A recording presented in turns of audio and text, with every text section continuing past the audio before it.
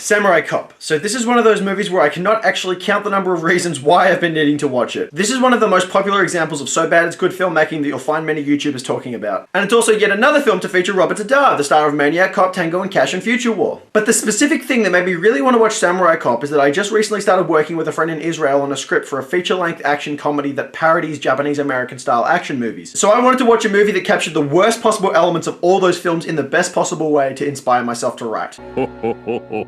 Delightfully devilish, Seymour.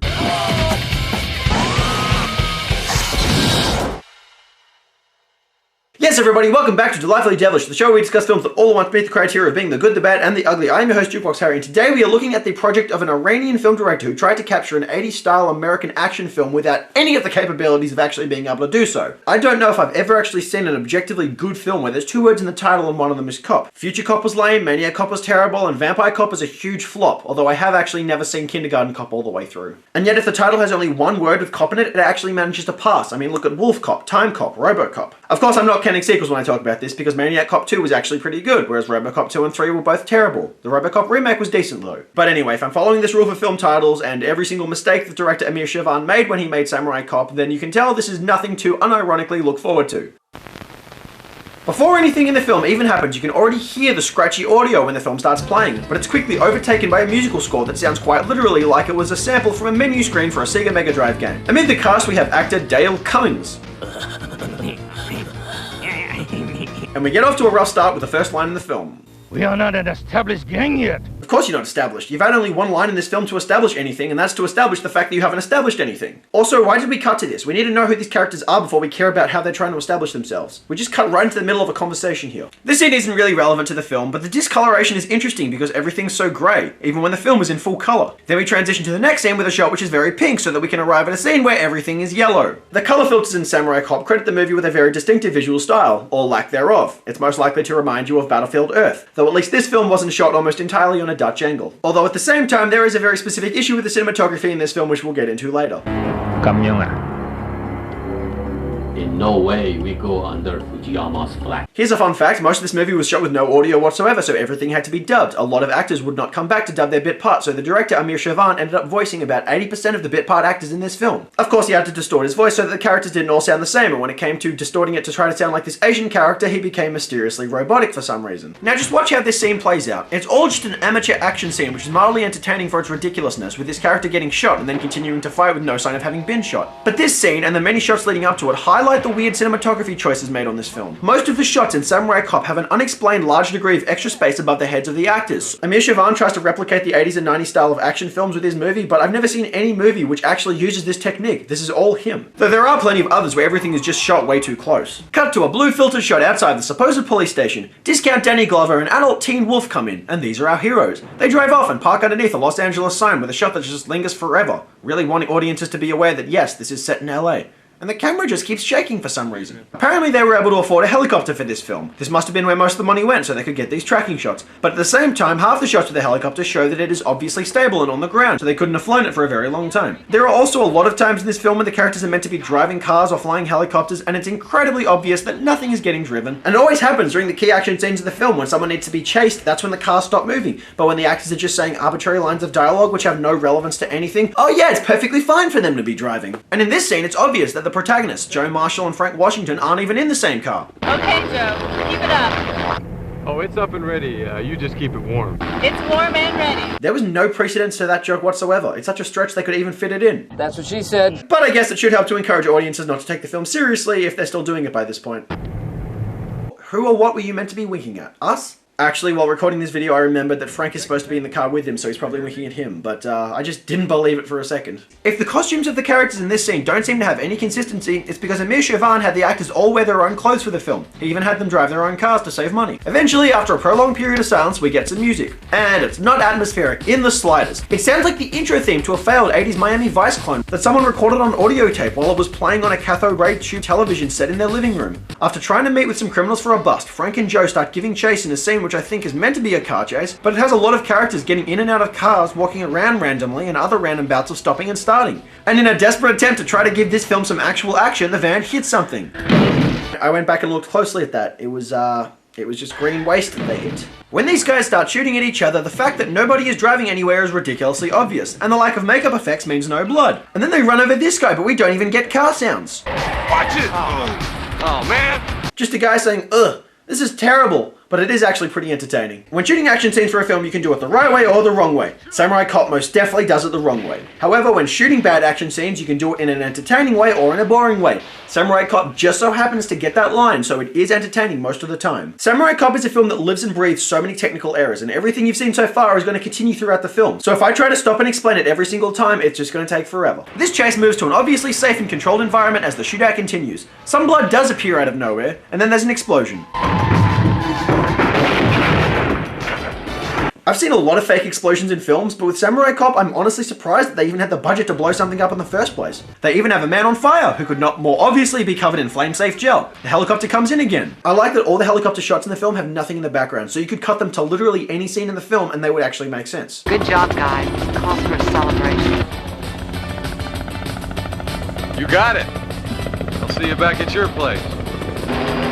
Why are you talking to the helicopter? It cannot hear you. She cannot hear you over its rotor blades. Never mind, apparently she did, because then we get a sex scene. And the camera could not more obviously be trying to focus on this actress's physical attributes. There's a shot which starts at her face and literally pans right down to her breasts, and then another one. I'm not saying I don't enjoy checking this girl out, I'm just saying that most films try to have some degree of subtlety. Amir Shervan does not. Then we have another scene of obligatory conversation with the gang talking about wanting to stop Joe Marshall. They call him Samurai. Do they?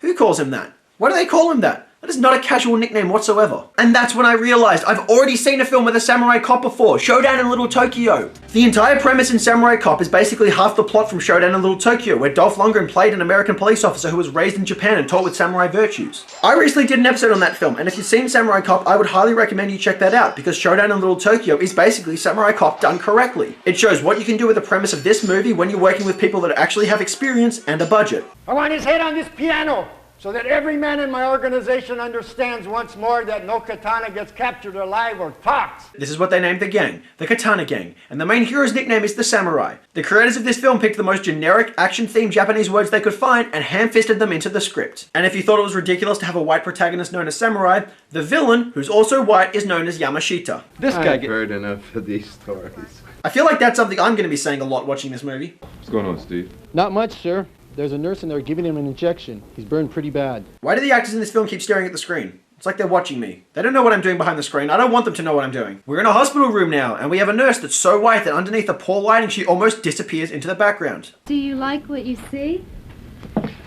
I love what I see. Would you like to touch what you see? Yes. Yes, I would. Would you like to go out with me?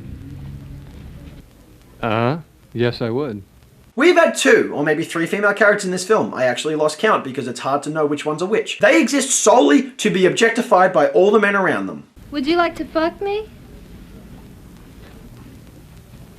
Apparently, this is what director Amir Shervan thinks of women. A film like this is literally the entire reason that feminism exists. But during this scene, you at least have to give some props to Frank Washington for all his facial expressions.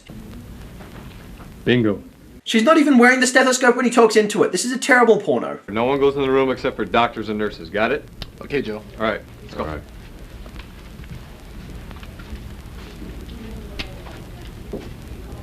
Get used to that. This is one of many shots in the film which just linger on for way too long with no apparent reason. Hey, where are you going? You know when you try to say 2 different words at once, like fake and mock, and you end up saying fock? This is what happened with this guy here. He tried to say, what are you doing and where are you going? And it ended up coming out as this. Where are you going? Yamashita gets snuck into this guy's hospital room and executes him off screen. Now, I did not think for a second that this was going to end with a decapitation, but at the same time, since the guy has bandages all over its face, it would be easy to get away with pulling a severed head. So as terrible as it is, I will give the filmmakers props for at least attempting that. No one's around. Let's go. I was fully expecting her to say there's no one around, let's fuck, and you can't blame me for thinking she was going to say that. The fact that this female character has been on screen this long without being aggressively sexualized just yet really is surprising. Hey, wait a minute. I want to talk to you. Ah! Oh! Hey, wait a minute. Stop. Both the black guy and the white guy who say wait a minute speak the exact same. Hey, wait a minute. Oh, there's one more. Yamashita beats everyone up and they drive off. You're the one that talked me into bringing this moron from San Diego to fight the Japanese Katana Gang. This actor actually messed up his line and just kept going. I have to respect him for that, because director Amir Shervan pretty much shot only one take of every scene in this film. So I respect him for not dropping out of character when this is a film when no one would have ever dropped into character in the first place. This man has been here 1 week and I almost lost my job. If he's here one more week, I might will end up in jail and die of a heart attack, and I don't like that. Wait, which of those are you anticipating? Because if you die of a heart attack, you're not going to be in prison regardless. Hey, I've been here 1 week. Yes, thank you, he did just say that. And just how long will it take you to bring them to their knees? 1 week? 1 month? Next year? Give him some time, asshole, he's a police officer. For all the conservative, toxic masculinity in this film, we do at least have one moment of interracial homoeroticism. You son of a bitch! Come back here, you motherfucker! Again, we have another take where the shot lingers long enough for the guy to laugh himself out of character. What does katana mean? It means Japanese sword. No, that's what Nihonto means. If you're a guy known as Samurai, you should know that. Our heroes walk into a restaurant where the katana gang is, and nobody even bothered to dub their voices in this moment. Are you Fujiyama? Yes, I am. Who are you? I'm a cop. This is how the film tries to be dramatic, by adding that video game sound effect. And honestly, it's one of the better techniques to actually try and add drama to this film. It's just pretentious enough to work. So you're the infamous boss of this shit katana gang, huh?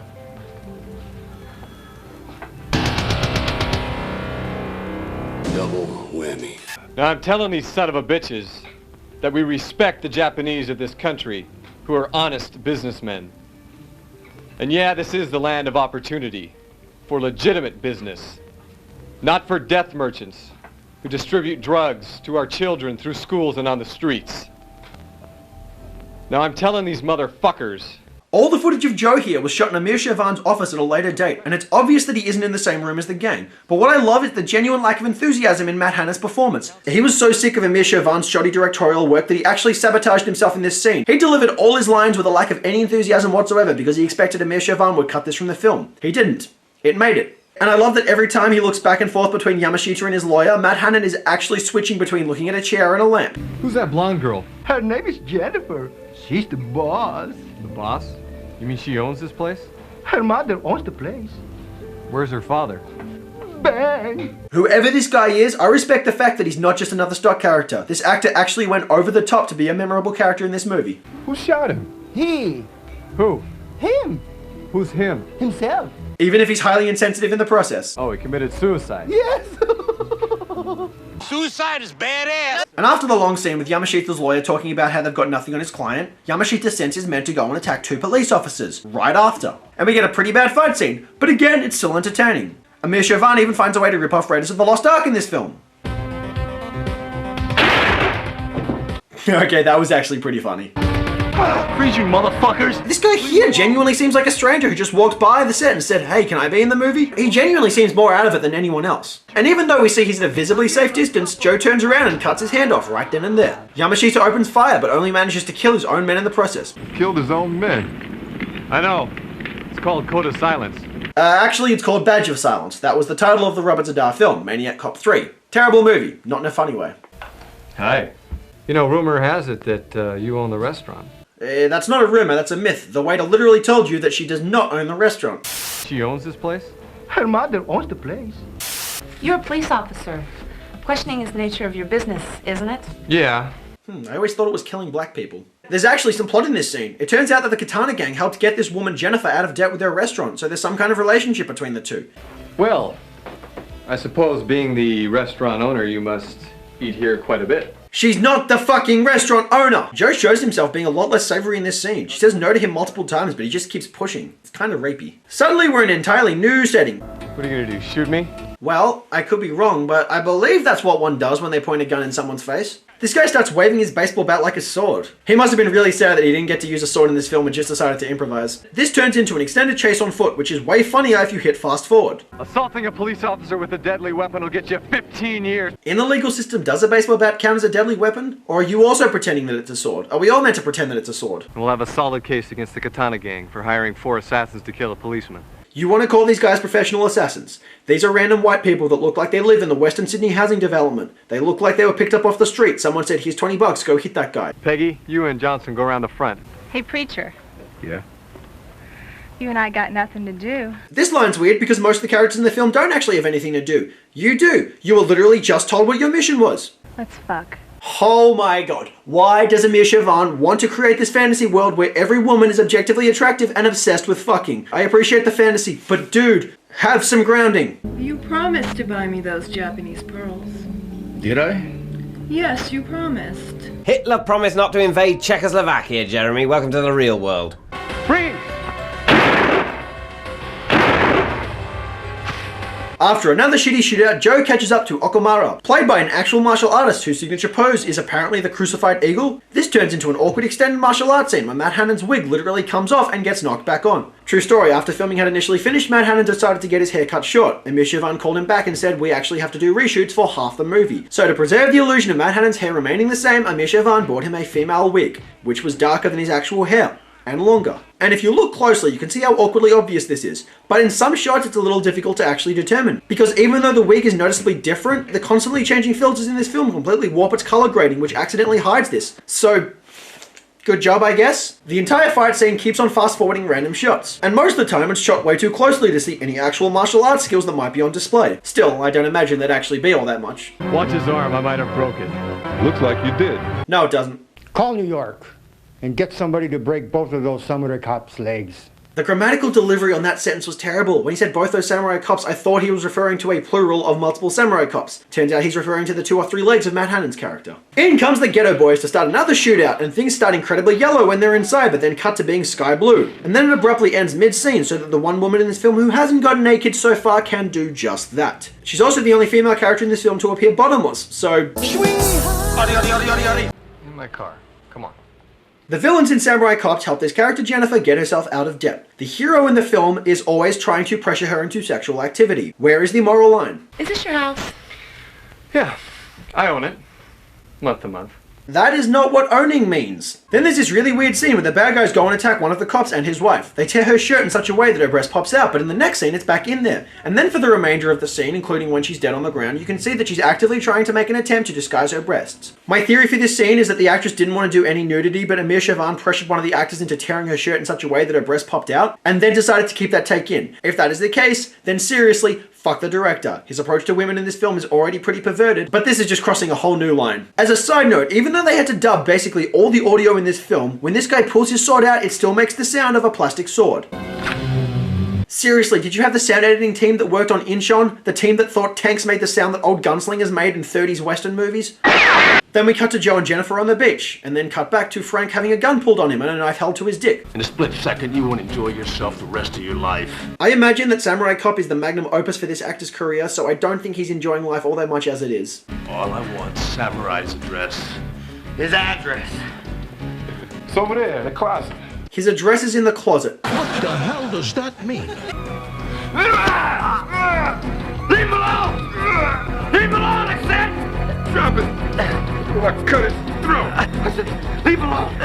Shoot him in the head! Leave him alone! He already stabbed him, and yet you felt the need to say that 4 times? These characters who were at the beach a second ago have now decided they'd rather swim in a pool for some reason.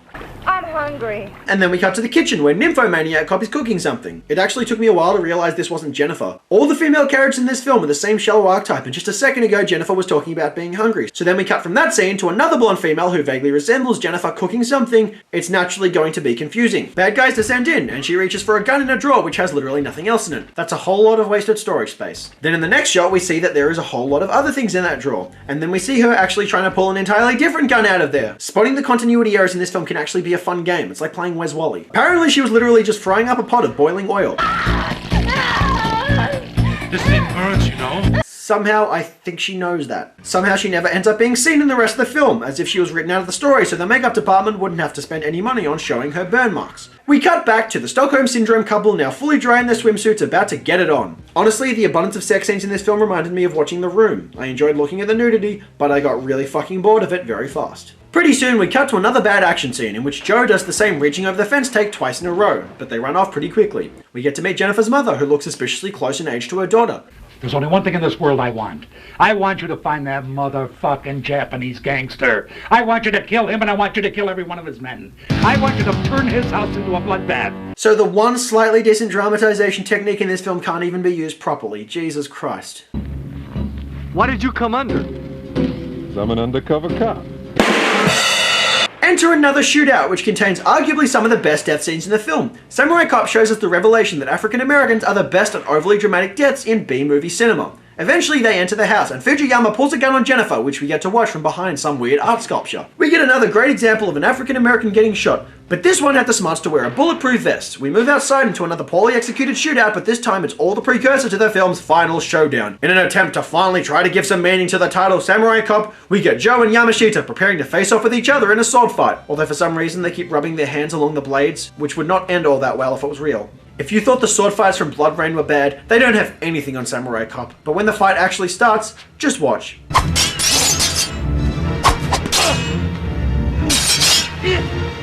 The film fast forwards through the entire fight to try to actually make it seem intense and uses every stock sound effect in the book. The only sword fight I have ever seen that could be compared to Maniac Cop is from a shitty little student film called Highlander Redemption. Let's do a little cross comparison right here. In case you're wondering, I made that film when I was 17.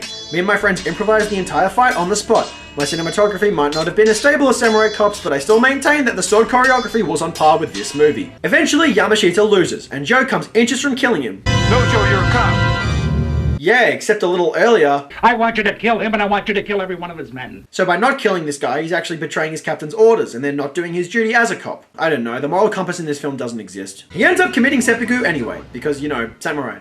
Then we cut back to the point in the film where Joe and Jennifer are at the beach where they start banging again, and that's where their film finally ends. Samurai Cop isn't one of those films you can really call good or bad, because you can't judge it on the same standard as nearly any other film. There was not a single moment in this film where I cared about the story. I was just constantly distracted by the sheer amount of amateur filmmaking. The production behind Samurai Cop is the actual story here. How an Iranian filmmaker with no expertise or money tried to make an 80s style action film in America. Watching this film is like walking through a gallery. You're moving from one artwork to another, trying to understand the language behind it, the decisions that influence it to be made. You watch each scene in this movie trying to understand what was going through the mind of its creator, and what their concept of style was when making this movie happen. The correct word for Samurai Cop wouldn't be good or bad. It's interesting. I previously talked about the movie Tango and Cash, and then I did an episode on Showdown in Little Tokyo where I referred to it as Tango and Cash's little sister. Samurai Cop is like the younger sister of Tango and Cash, was forcibly impregnated and made to carry the baby to term, but then it died before it could be delivered. And then someone dressed up the remains of that child and had a photo shoot with it anyway. People really tried to pretend there was life in this just to disguise how big a tragedy it was. Samurai Cop barely even tries to have a narrative, opting instead for back-to-back scenes of terribly made yet laughably entertaining action sequences, and actresses desperate to be in film getting naked with whoever Amir Shervan demands. There's no making sense of the plot in Samurai Cop. It's a generic police story where they put in a black guy as a buddy cop solely because Lethal Weapon was a popular film series at the time. Although this is one of the better touches because Mark Fraser spends the entire film making reaction gifs at ridiculous things going on around him. Matt Hannon's leading performance is kind of interesting because it cuts between shots of him actually trying to take the film seriously and genuinely not giving any less of a fuck. And Robert Z'Dar is always a welcome bad movie villain. But putting Samurai Cop into words is like putting The Room into words. Tom Bissell, who co-wrote The Disaster Artist, wrote a review of The Room which I think can perfectly be applied to Samurai Cop. It's like a movie made by an alien who has never seen a movie but has had movies thoroughly explained to him.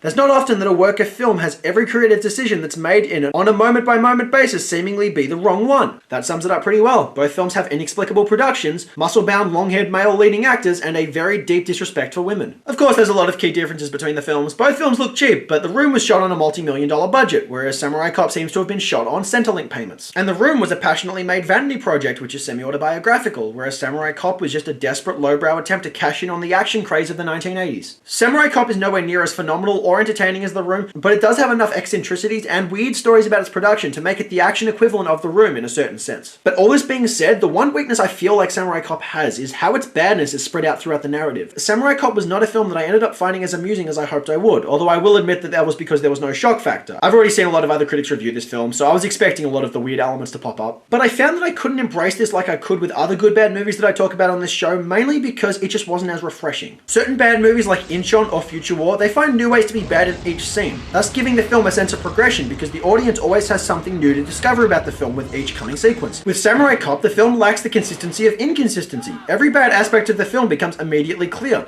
The bad action, the sheer sexism, the tasteless sex scenes. We get a full dose of that immediately and then proceed to get the same basic basic thing again and again for 96 minutes. It's funny in spots and is decently entertaining, but it's so heavy that it becomes distracting and then goes on to be repetitive. The badness in this film quickly becomes repetitive instead of innovative, so it becomes difficult to actually get lost in this film as an experience. Samurai Cop never feels like a film, just like an anthology of sketches that someone strung together. With that in mind, Samurai Cop gets 5 terrible representations of women out of 10. It has a very high standard for bad filmmaking with its terrible production values, lack of storytelling, and disrespect towards women, but it can also buckle under the weight of its scattered lack of style and end up too distracting to fully vibe with. And that does it for today's episode of Delightfully Devilish, you guys. If there's any ideas of movies you want me to discuss on this show, please leave them in the comment section below. If you would like to see more episodes, please hit that subscribe button. Otherwise, until next time, please stay safe during the pandemic. I have been your host, Jukebox Harry. Peace.